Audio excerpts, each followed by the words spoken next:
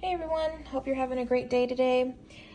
So today I'm making an apple cobbler. Now mind you, I am not a baker, so baking does not come naturally, but ChatGPT has hooked me up with a recipe and I will let you know if it is worth using. So here we have about 6 apples that I've sliced and diced. I did do some bigger slices and then across the width, and then you can see I chipped them up a little bit as well. Inside of this, I have a good sprinkling of cinnamon. I used a 1/4 cup of brown sugar. I use the Florida Crystals cane sugar. Then it was 2 tablespoons of flour on top of there, and just mix that up in the pan. Okay, for the batter, it called for 1 whole cup of sugar. I only did 1/2 cup, and this called for 1/2 cup of sugar and only did 1/4. So I did slice the sugar on this. So it's 1 cup of flour to 1/2 cup of sugar.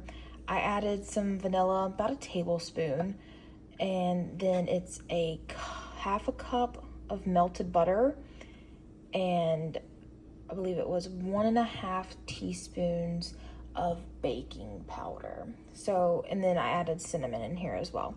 So it's really simple, not much to it, but let's see.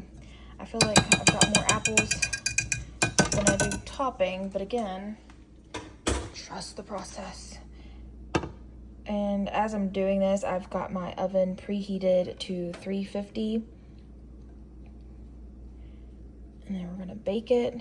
And once it's baked, I will come back and show you.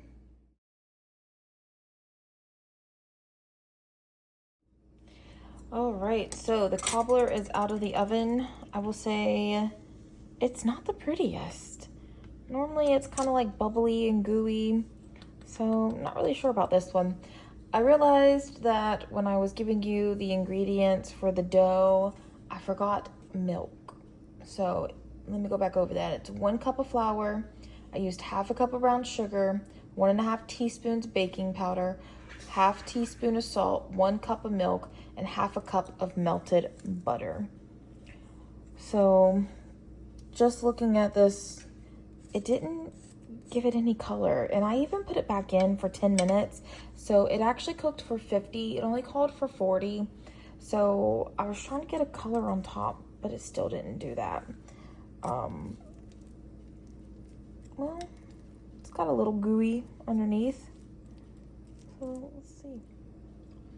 It's actually not bad at all.